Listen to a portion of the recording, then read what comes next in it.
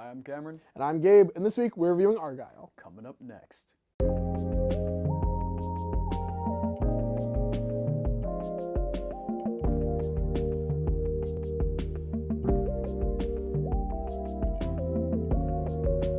So, Gabe, well, we saw this together. We did? And when we left the movies, you had some choice words about this. I think you're a big fan of it. Can you give us a synopsis of the film? First off, I would thoroughly reject the notion that I was a big fan of it. And second, I will just say that there is no way that we can talk about our feelings about this movie without spoiling it. Now, I'm going to tell you, I honestly think you should not see Argylle. I think instead of seeing the movie and spending $15 on a movie ticket, you can watch this review here on YouTube for free. But if you really do care, pause this, go see Argylle, come back, and we'll try and make you feel a little bit better. To synopsize this movie, there's a woman named Ellie Conway, and she has written a very famous series of books called the Argylle books. Except what starts happening is a lot of the stuff that's happening in the books have happened in real life. She tries to go on a train to visit her mom, and then Sam Rockwell's Aiden shows up, and he's like, there's a group, and they want to kill you because you're getting too many things correct. And then plot events happen, there's twists, there's turns, and there's a horrible CGI cat. And Cam, I don't really know where to start with this movie, except, you know what, let's start at the end. Let's talk about the big reveal. Yeah. Because the big meme that came out of this movie was, are you ready to meet the real Agent Argylle? Over and over and over. So people couldn't help but speculate. Who is the real Agent Argylle going to be? Could it be Rob Delaney? Ryan Reynolds? The Gosling? Who knows? Cam, do you want to break down who it actually ends up being? Well, it turns out Ellie Conway isn't who we think she is. She's actually Agent R. Kyle. Agent Rachel Kyle. And at one point in this movie, Samuel L. Jackson, who is in the movie for, I don't know, maybe 3 minutes, and he very obviously was on set for a total of 1 day, and one of those days was just watching Laker games, he turns and says, I need the real Agent R. Kyle. That is a real line said in this movie. It sent shivers down my spine. Yes, because it scared me of how bad it was, and I was wondering, is Samuel L. Jackson's career over? Maybe. Just about everyone in this movie gives a career-worst performance. Let's start with Bryce Dallas Howard, who isn't a good actress. Like, she's fine in Jurassic World, but that's because she's acting with Chris Mario Pratt and a bunch of CGI velociraptors. She's aggressively bad in this movie. Yeah, she wasn't too good. She could have put in a better performance in this, I think. Yes, she plays this character who's like suffering from it. Like, it almost seems like phobia, everything.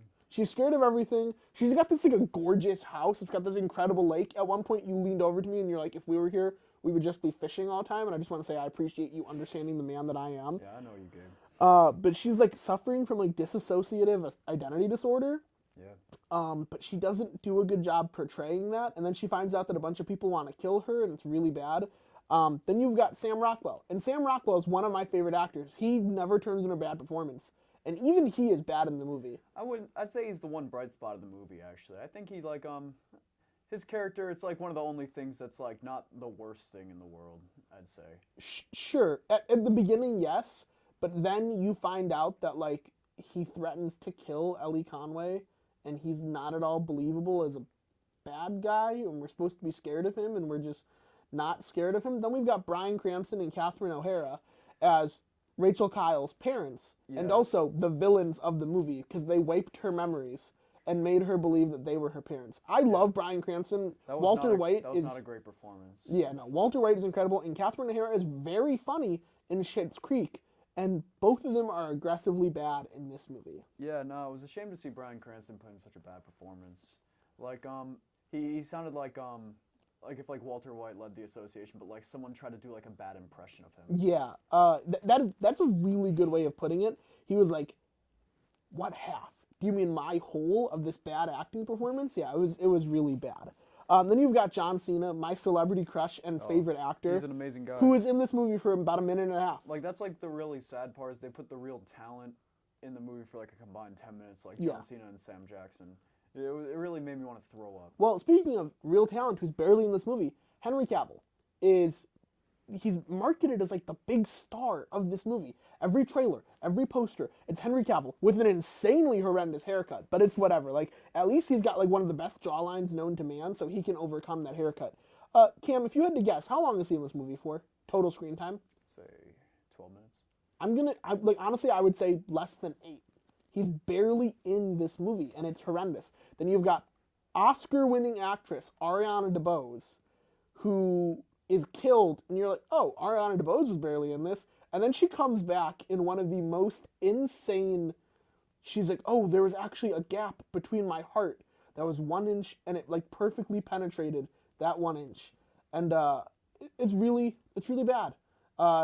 Then Dua Lipa. Dua Lipa is honestly probably the best acting performance in this entire movie, and like I'm not even trying to make a joke. Like she like plays a Bond villain caricature, and she does a decent job of playing said caricature. Well, like Grant, she only plays that character for like 2 minutes. Yeah, a lot of people are only in this movie for 2 minutes, and at least she does a decent job. It's a lot of Bryce Dallas Howard. It's a lot of Bryce Dallas Howard and Sam Rockwell, and an insanely bad CGI cat. Yes. So I want to ask you about the CGI in this movie.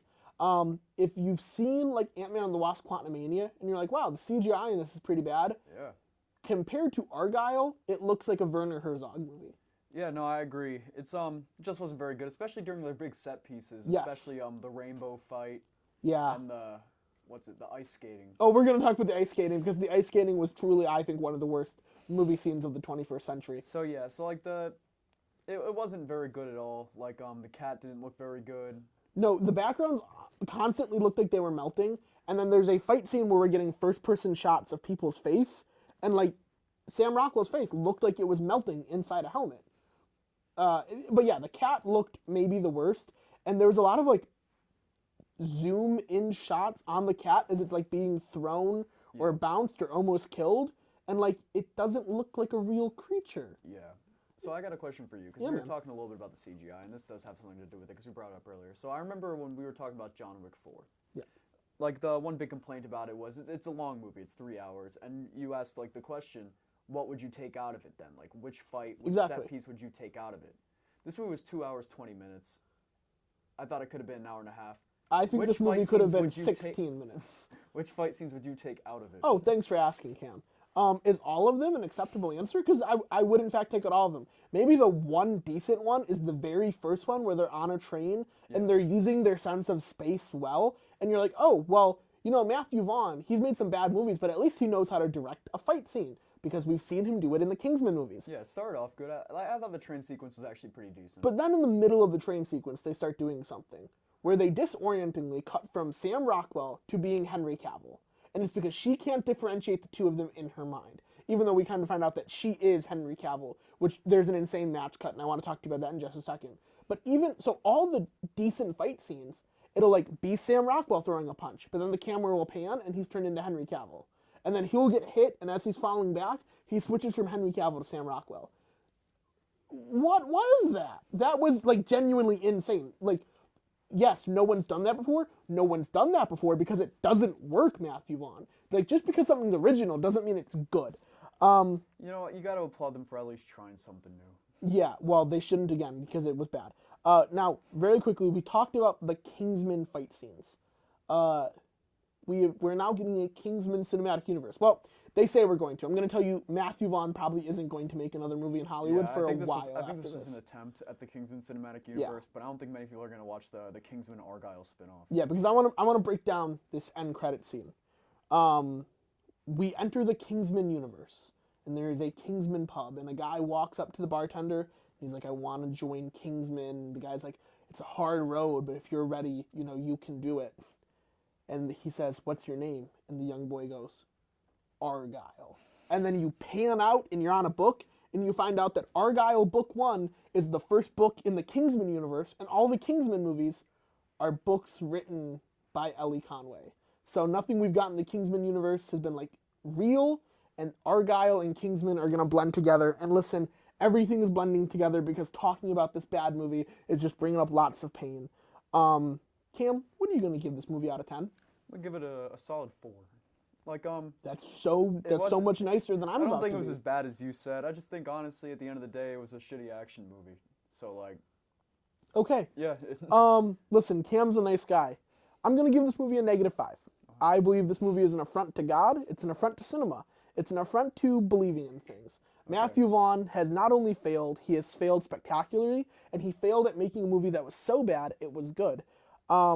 if I ever watch a clip from Argylle again, I'll have wasted more and more time on this movie.